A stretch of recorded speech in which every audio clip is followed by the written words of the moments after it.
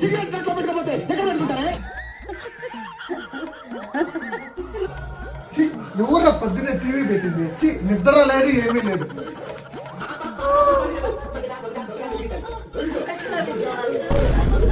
పది పొద్దున్నే టీవీ చూసుకుంటున్నావు కదా. నీ వయసులంటే పార్కుల్లో వాకింగ్ చేస్తున్నావు చూడువా.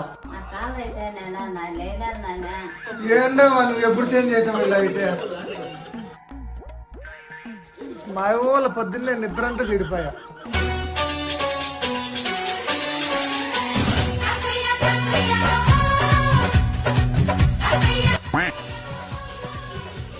మా ఏదో మంచి సాంగ్ అయినట్లుంది.